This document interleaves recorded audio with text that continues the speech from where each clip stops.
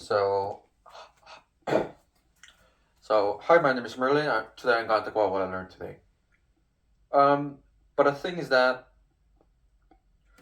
I'm trying to implement Rust implement operating system using Rust, and I I did I did study, but I didn't understand the whole like whole thing that what I learned today. So, which means that I'm not capable.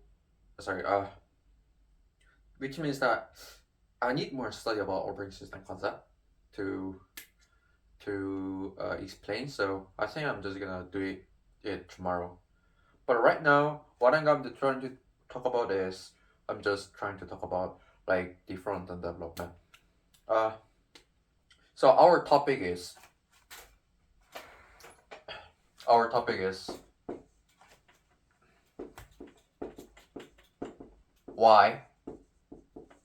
why front end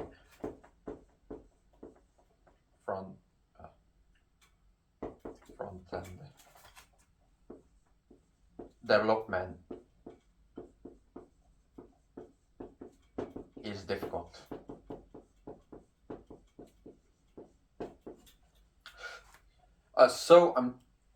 Why front end development is really difficult? I think uh, the reason why front end development is difficult and most people is really facing difficulties is because the history is short. The front end industry history is short. So there's no kind of roadmap of it. I know there's no such a thing as roadmap in our development, but still, like, and we at least something. At least there should be like some kind of predefined roadmap, but there's no such a thing. And also, uh, people are like trying to make it like really, how do I say it? People are too worried. Uh, I know like front end industry, there's a lot of new technology is rapidly changing rather than other back end or other stuff. So which means that we also have to study like if the if if this industry sorry this industry characteristics is it changed a lot. And if you see the YouTube thing, they are like you like the YouTubers, like front end YouTubers are like they're like you have to study this is the new thing, this is the key thing. Like the they're making like people they're making scary, like they're making that like they're for like how to say it? So uh they're making newbies to be scary and worried.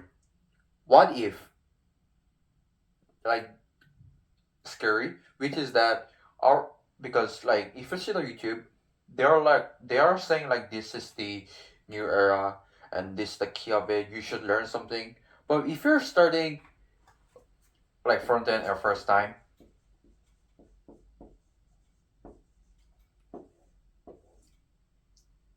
you're like how to say it? Mm,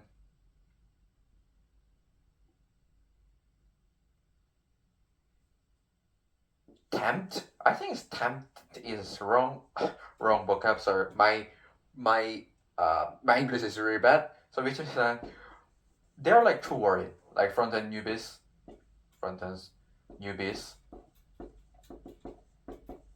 are too worried about it. But the thing is that there's a lot of framework, right? There's a lot of we need to study also front end engineer like React and Next.js, those kind of thing. and a lot of frameworks, Vue, like Svelte. But the fundamental is JavaScript.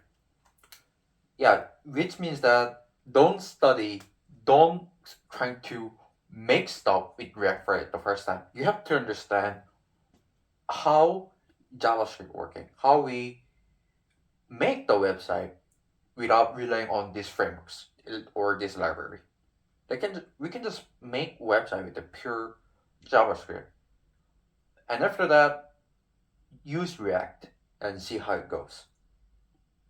So I'm just gonna deep dive into React. So React, actually, this is a library for for the web development.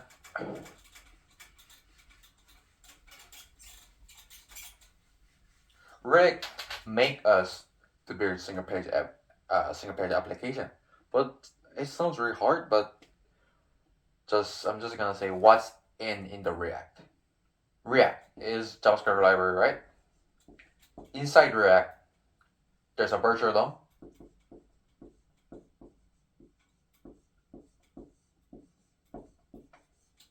Of course, React's built-in hook, React's hook.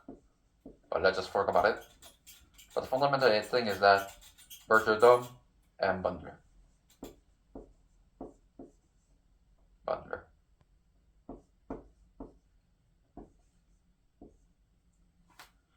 So the question is, what's the virtual DOM?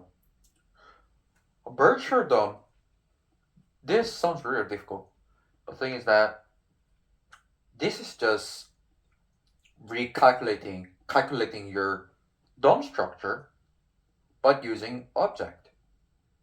Normally, when trying to build a DOM, we write the HTML tag on our HTML file and let browser to construct the DOM, like parsing HTML, like make parsing CSS and construct CSS on and combine it into DOM, those kind of things. But the thing is that the purpose of virtual DOM is, example, this is the tree of it, HTML. Let's say this is like a link and body, but inside body, h1 or div, and inside div, there could be more div, those kind of thing. But if you want to, there's some change on this UI, and rather than changing whole this DOM, and rather than changing in this whole tag, let's just say we can change this part rather than calculate the whole DOM. So this is how virtual DOM works. If you're trying to elaborate more, the virtual DOM process is compile.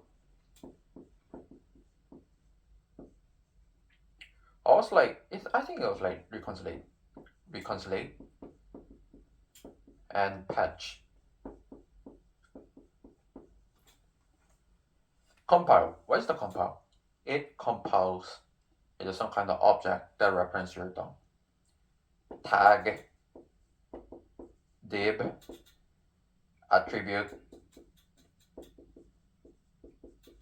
could be your class name or some kind of thing, and children,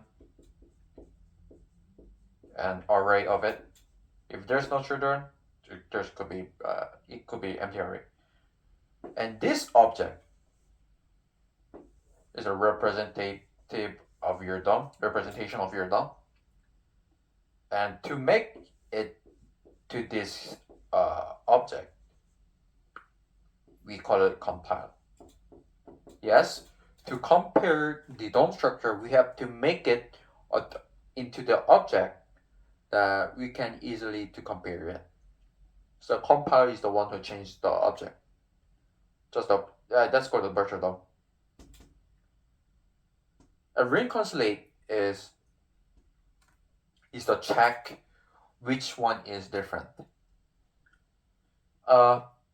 Example, you have this or DOM or virtual DOM, and let's say there's a new virtual DOM.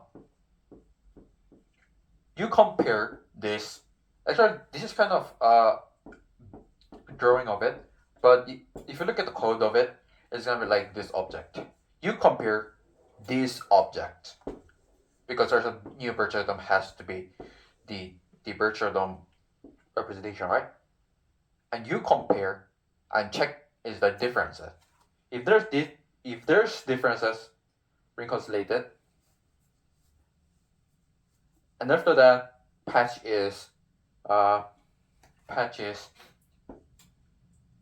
you already see which part is changed, and patch is update in the real UI. So that is kind of simplified how virtual DOM works. And React uses virtual DOM. But the thing is that the bundler is very key of it. Every JavaScript framework uses bundler. Well, what's bundler? Bundler is I really simplified this. Bundler is the one who bundles your code. Bundles? Why we bundles our code?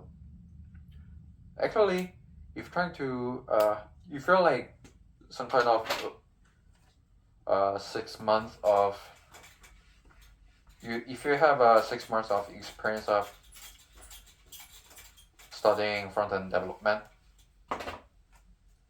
you mostly see this kind of code. Like, you never see whole logic in one file. You separate most of the code, like 99% of code, and in real, like the people from even the software engineer from a big IT company, they are using this kind of thing. Let me try to simplify this kind of thing. Our industry front-end development, we have to separate the UI and the logic. And also we could separate into module. Sorry, let me simplify more for you. Example, you want to create like fancy robot, really fancy robot. Of course, your robot has hand, shoulder, whatever, head, mouth, and those kind of things. But rather than put your own logic in one file, you have to separate it. Why? Because it is really hard to debug. If you put all of your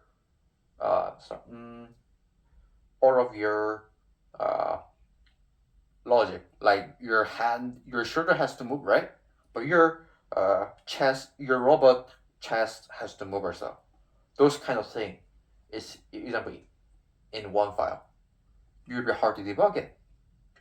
And also your coworker is gonna be hard to analyze which part is the core feature. So we choose split into module. Example, in robot directory, there's a heart, head, eye, what else, nose, and those kind of things. And we also name it into file like this. So that will be easier rather than just like putting the like in this one file. So that is how we separate our interests, and that is how it goes. But the bad thing is that our browser can understand this kind of thing. But the thing is that if this module are really huge, example 100, 1000, your browser will read these resources. What I mean resources, this is a file. Your JavaScript is a file, your HTML is a file, your CSS is a file. And browser has a limited capacity of reading or requesting and responding the resource at one time.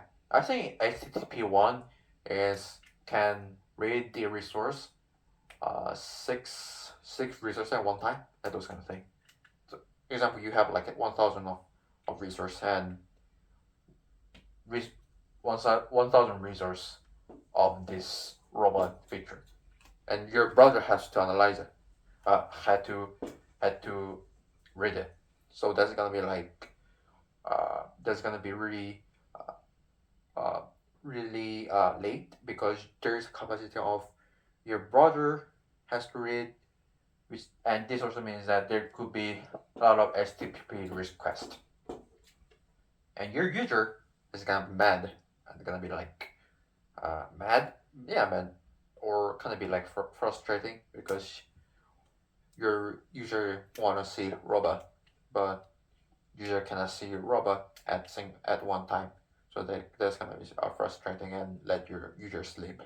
So to back again, this was a problem, but the bundler is one who bundled into this, and it also optimize it for you. Optimize it. Uh, Sounds really abstract. Why we have to optimize it? Because there could be some kind of dead code. What do you mean dead code? Dead code, which is that some of the function that you even use, but you create the function, right? But you didn't use. That has to be eliminated, right? Why? Because that makes your file big. You have a lot of functions, 1,000 of function in one file, but you only use 50 functions. But a lot of but other functions has to be eliminated, right? To reach the file. To read this file, why? Because to read this file, it reduce the file size, and your browser, if the file size is small, your browser has uh, can read this file faster than the one file is bigger than the other file. Why we have to enhance the speed of it? Why? Because your user analyze your website. It is analyze your website. It is better or not based on the speed. I know there's the design of a lot of factor, but the speed is also part of the factor, and so we have to carry it. You have to understand that we are software engineer, but the goal is to enhance the business impact. And let's go back again. So bundler was doing the optimizer, and I said the code elimination. So that it's just doing the code elimination and just combine to one file. No, actually, I'm just gonna there's more of it. I'm just gonna talk about this more. The first thing is collection. Yes, I'm explaining the bundle process. Second is making a dependency graph.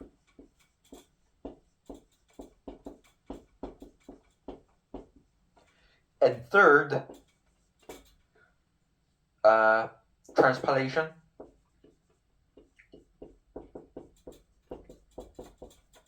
Fourth is optimization.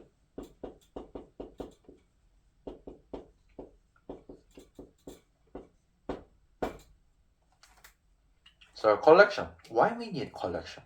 Because we have to collect all the dependency. Sorry, my pronunciation was really weird. We have to collect all the modules, right?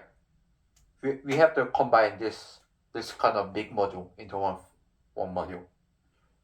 But based on that, we have to collect it, all of it, based on the entry point of it. And next, we have to create our dependency graph. Why? Why we have to make a dependency graph? Because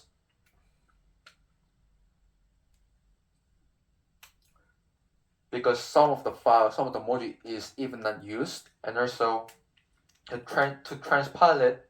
Transpile means the change into the syntax or same file extension that only a browser support. To make this transpiler works, dependency graph has to be structured. Let me elaborate more. Actually, after collect, example, you collect head, heart, eye, nose module, but you don't know with the priority of it, which is the entry point, which is nose, his head is importing nose, his head is importing eye, his head is importing some kind of module. Those kind of question is remain if we don't construct the dependency graph. So we have to construct dependency graph to make the correlation of this module to make sense. And next is transpilation. Transpilation sounds very difficult and abstract. Let me simplify for you. Transpilation is just change into JS, HTML, CSS. But mostly we change into JS. Why we need transpilation? Why? Because when you're trying to use React, you will be gonna use the JSX syntax. JSX, TX, TSX. What's the difference between JSX and TSX? Well, if you're trying to use this JavaScript,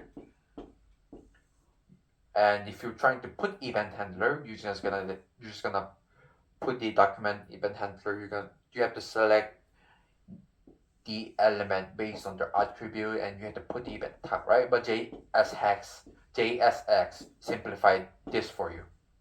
But the thing is that browser cannot understand JSX syntax, so we have to change it into JS, right?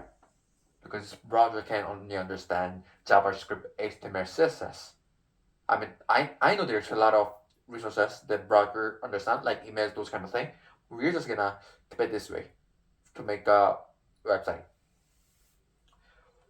So we have to transpile the JavaScript. TypeScript, I know this is very fancy language, but browser can understand it. It's a type with the JavaScript. So we changed TSX even into JavaScript. And that is how transpilation works. And we use Babel for it. We commonly use Babel library for it.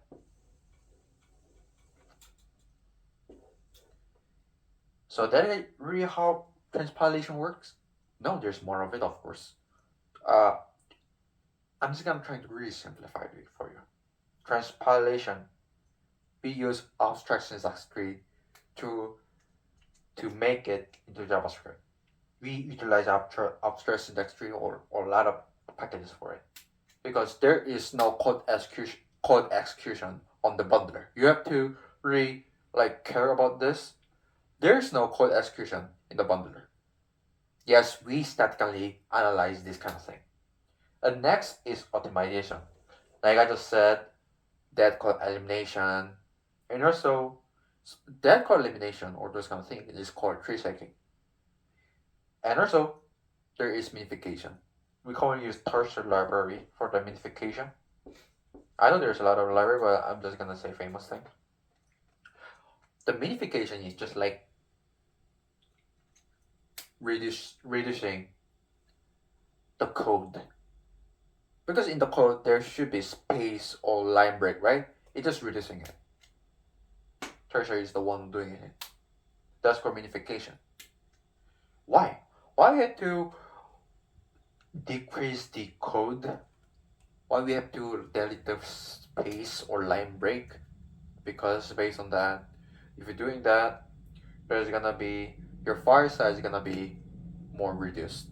That is why purpose of the minification it is. And after that, your final output is JavaScript, HTML, CSS. So that is how it works.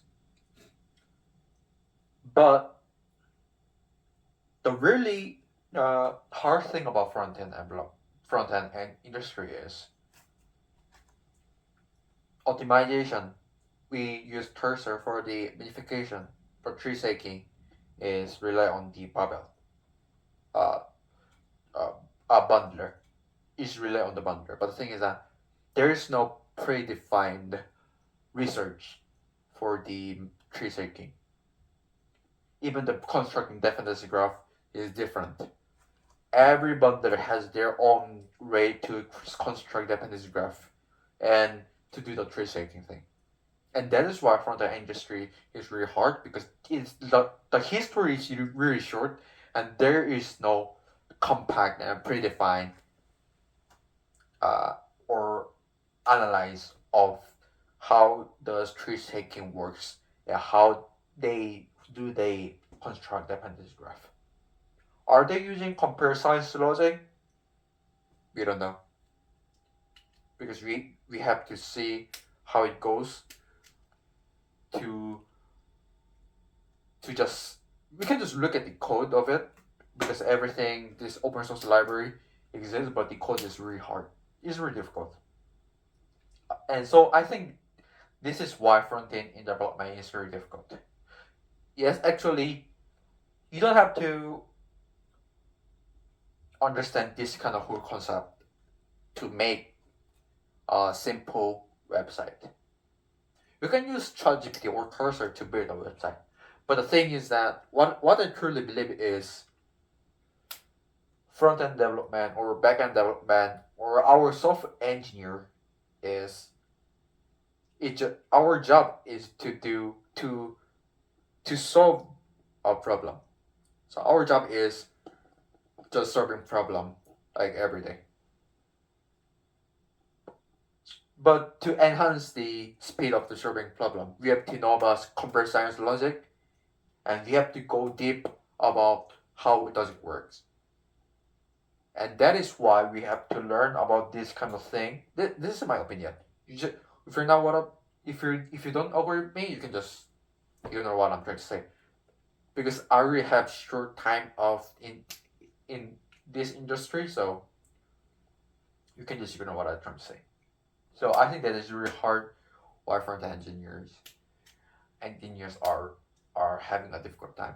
And also a lot of companies are requesting some kind of unnecessary